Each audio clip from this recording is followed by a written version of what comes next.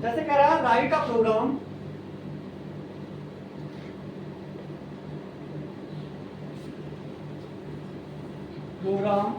To check a number is perfect or not.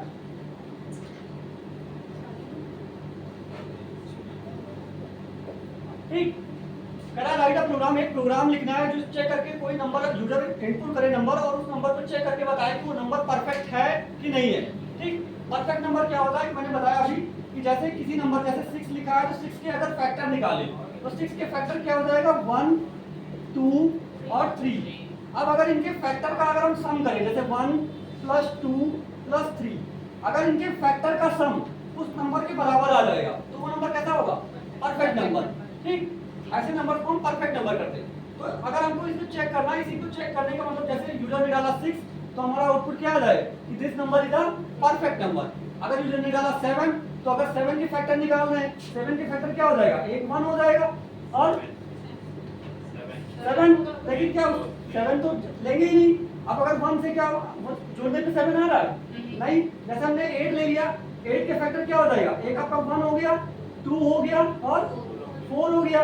अब देखो 4 और 2 कितना हुआ 6 और 1 7, तो क्या ये परफेक्ट नंबर है नहीं, लेकिन 6 आपका एक परफेक्ट नंबर है।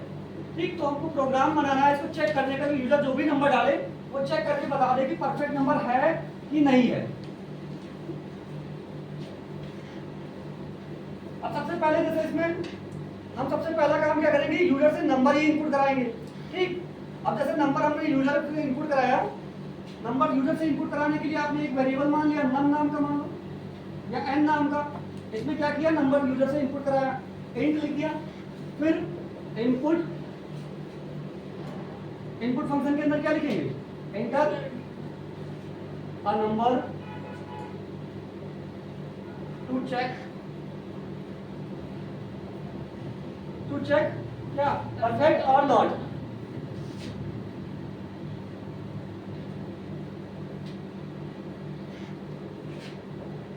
अब आपका नंबर किसमें स्टोर हो गया एन नाम के वेरिएबल में आपका नंबर स्टोर हो गया। ठीक, अब हमको देखो जैसे हमने अगर यहाँ पे किया है जैसे मान लो आपका 6 ही है।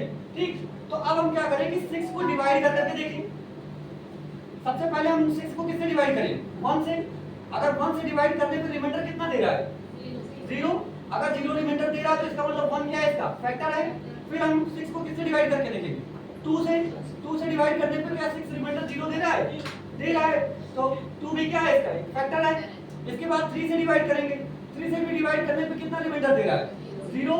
अगर 3 से भी दे रहा है तो 3 भी क्या है फैक्टर है। लेकिन 4 से डिवाइड करने पे 6 क्या रिमाइंडर 0 दे रहा है नहीं, तो 4 इसका क्या है फैक्टर नहीं है। अब देखो यहाँ पे हमने सबसे पहले क्या किया कि एक नंबर लिया जैसे 6 को ले लिया। अब 6 को सबसे पहले 1 से डिवाइड किया, फिर 2 से किया, 3 से किया, 4 से किया, 5 से किया। ठीक, मतलब जो नंबर था उससे एक कम तक हमने उसको सबसे डिवाइड करके देखा। ठीक, अगर वो जिस नंबर से डिवाइड हो रहा था वो सारे क्या है उसके फैक्टर हैं। अब हमें जो फैक्टर हमने पाए जैसे हमने क्या पाया कि 6 के क्या हो गए 1 हो गया 2 हो गया 3 हो गया, यही हमको मिले थे 3 फैक्टर। अब क्या करें इन तीनों फैक्टर को हम जोड़ दें। तो जोड़ने के लिए कोई एक वेरिएबल लेंगे जिसमें हम जोड़ने के बाद उसको स्टोर करेंगे वैल्यू। सारी बात समझ में नहीं, तो हम जैसे मान लो एक सम नाम का वेरिएबल मान लेते हैं।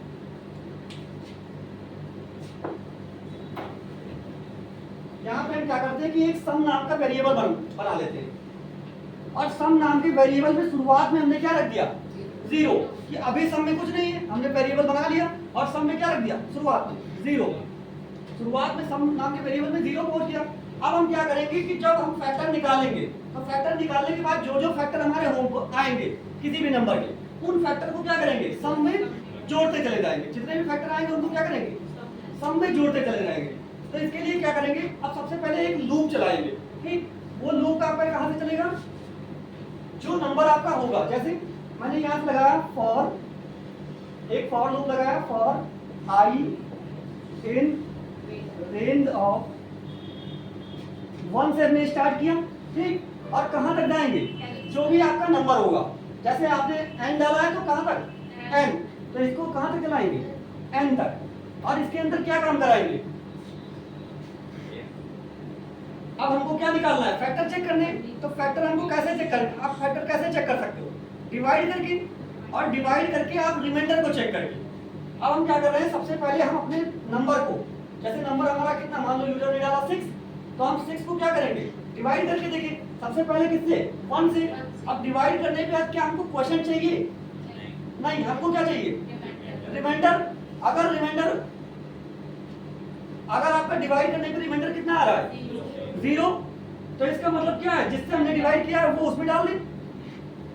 अब जैसे हमने सबसे पहले किससे डिवाइड किया, 1 से, तो अब हम क्या कर रहे हैं, इसको सबसे पहले डिवाइड करने का कोड लिखे। तो इसके अंदर क्या करेंगे, अपने नंबर को डिवाइड करेंगे। तो n मॉडुलो, और किससे डिवाइड कर रहे हैं हर बार, n मॉडुलो। अब देखो पहली बार 1 से करेंगे, फिर 2 से, फिर 3 से, तो हर बार डिवाइड किससे कर रहे हैं, i से। इसका मतलब वैल्यू किसकी चेंज हो रही है हर बार, i की। तो यहाँ पे n मॉडुलो i और इज इक्वल टू हमने किया कि n मॉडुलो i। अगर आपका n को i से डिवाइड करने पे ये किसके बराबर है, 0 के बराबर। अगर ये कंडीशन सेटिस्फाई है तो इसका मतलब वो क्या है, इसका मतलब वो फैक्टर है।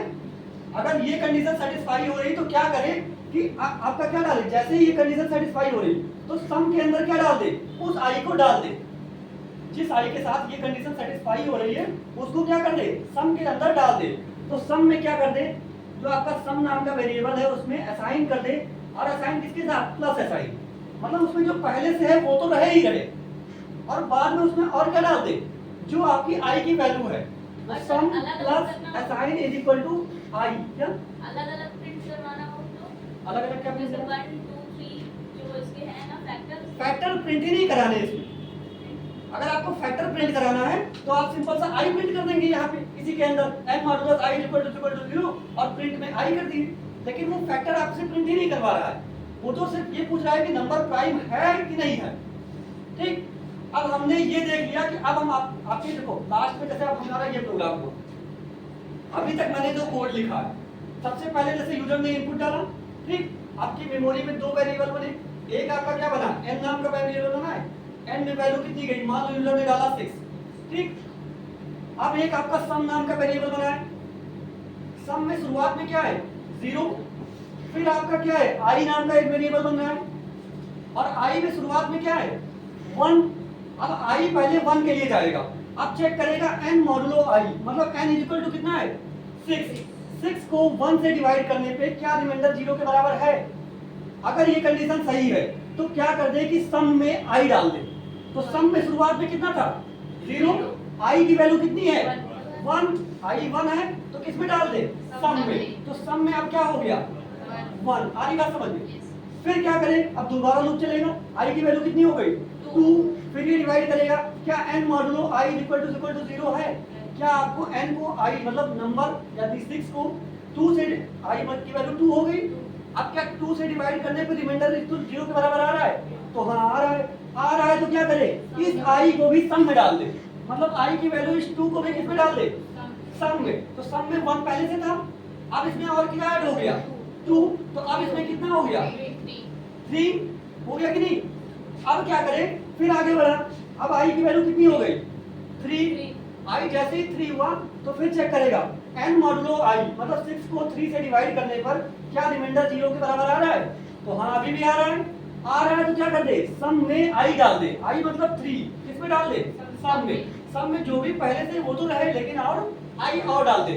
तो 3 इसमें पहले से था और ये 3 और आ गया, तो अब कितना हो गया इसमें, 6 हो गया। आ रही बात समझ। अब फिर i की वैल्यू 1 बढ़ेगी तो अब कितना हो गया, 4। अब ये चेक करेगा क्या n मतलब 6 को 4 से डिवाइड करने पे रिमाइंडर 0 के बराबर है, नहीं है, तो क्या इसमें डालेगा, नहीं। अब किसके लिए, फिर 5 के लिए चेक करेगा, 5 को देखेगा 6 को 5 से डिवाइड करने पे क्या रिमाइंडर 0 आ रहा है, तो नहीं आ रहा है, तो क्या अंदर कहीं डालेगा, इसमें नहीं डालेगा। अब जैसे ही 6 पे जाएगा तो 6 हमारा n से बड़ा हो जाएगा, तो इसके लिए लूप ही नहीं रन होगा। अरे बात समझिए। अब हमारे देखो 2 चीजें हो गई, अभी हमारा प्रोग्राम फाइनल नहीं हुआ, हमारे n की वैल्यू है और सम में क्या है 6, और i में आपके लास्ट में क्या हो गया था, 6 आया, और 6 पे क्या हुआ, रुक गया। i की वैल्यू हम हटा देते, इसका कोई काम नहीं। अब हमको ये बताना है कि नंबर परफेक्ट है कि नहीं। अब ये डिसीजन हम किसके बेसिस पे करेंगे, हम अपने नंबर को और अपने सम नाम के वेरिएबल को कंपैरिजन कर लें। अगर ये दोनों इक्वल के बराबर है, मतलब n की जितनी वैल्यू है वही हमारे सम की वैल्यू लास्ट में आ रही है, तब तो क्या है, परफेक्ट नंबर है। अगर ये दोनों डिफरेंट आ रहे हैं कि n में कुछ और आ रहा है और सम में कुछ और आ रहा है, तो इसका मतलब वो परफेक्ट नंबर नहीं है। तो बस लास्ट में हम क्या लिख देंगे, इफ एल्स कंडीशन लगा के, और क्या लिख दें, हम सिंपल सी एक इफ एल्स कंडीशन लगाएंगे यहाँ पे, बाद में इसके नीचे फिर इफ। अब ये हम लूप से बाहर निकल गए, अब हम लूप का काम खत्म। हम लूप से बाहर आके, लूप से बाहर क्या करेंगे, इफ और सम को चेक करेंगे। If sum is equal to किसके बराबर, n के बराबर। अगर ये सही है तो क्या प्रिंट कर दे, print the number is perfect number, perfect. अगर ये नहीं सही है तो क्या कर दे, एल्स क्या प्रिंट कर दे, the number is not perfect, print not perfect.